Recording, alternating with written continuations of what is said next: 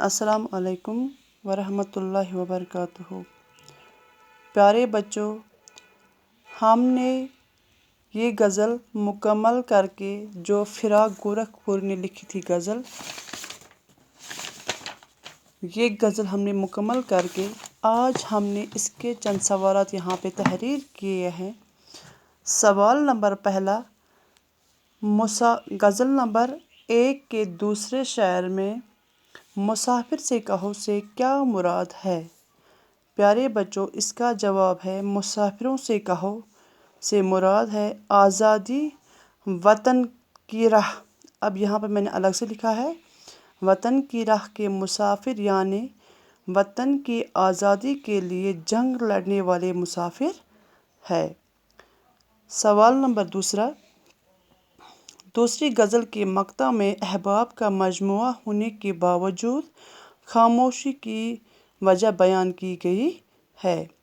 پیارے بچوں، مقطع بولتے ہیں جس میں شاعر اپنا تخلص استعمال کرتا ہے۔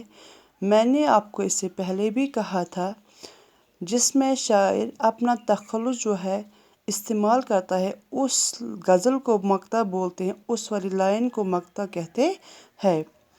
اس کا جواب ہے دوسری غزل کے مقطع میں احباب کا مجمع ہونے کے باوجود خاموشی کی وجہ محفل میں فراق گورکھپوری جیسے شاعر کا نہ ہونا بیان کی گئی ہے۔ گویا محفل میں فراق نہیں، محفل میں رونق نہیں۔ ایک غزل میں یہاں پہ فراق گورکھپور نے یہ اظہار کیا ہے کہ محفل میں اسی لیے رونق نہیں ہے کہ وہاں پہ فراق خود موجود نہیں ہے۔ اگر وہاں پہ فراق ہوتا تو وہاں شعر شاعری ضرور ہوتی، لیکن وہاں پہ فراق نہیں، اس لیے محفل میں رونق بھی نہیں ہے۔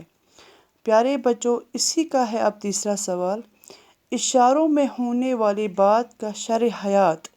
شرح حیات میں نے آپ کو پہلے بھی کہا تھا، شرح حیات بولتے ہیں کس کو؟ زندگی کو۔ یہاں پہ شرح حیات بولتے ہیں زندگی کو، زندگی کی تشریح کو۔ میں نے پہلے آپ سے یہ کہا تھا۔ یہاں پہ شاعر فرماتے ہیں اشاروں میں ہونے والی بات کا شرح حیات ہو جانے سے مراد اشاروں میں محبت ہو کر زندگی کا راز جاننا، زندگی کے راز جاننا۔ اس طرح زندگی کی تشریح یہ ہوتی ہے کہ اب زندگی عشق میں بتانی ہے اور زندگی محبوب پر صرف کرنی ہوگی۔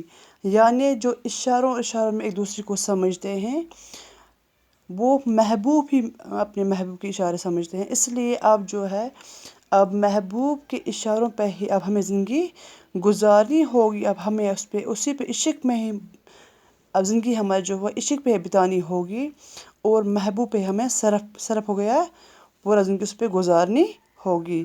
پیارے بچوں، اس کے ساتھ یہ ہمارے 3 سوالات جو ہے یہاں پہ ہم نے مکمل کیا ہے، اور آخری سوال ہے اسی موضوع کا، فراق کی زندگی اور شاعری خوبی پر نوٹ لکھیے۔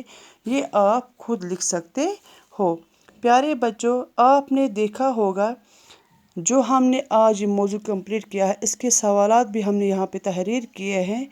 اب آپ تشریح کو ذہن میں رکھ کے اس لیسن کو اچھے سے پریپیئر کرنا۔ اللہ حافظ۔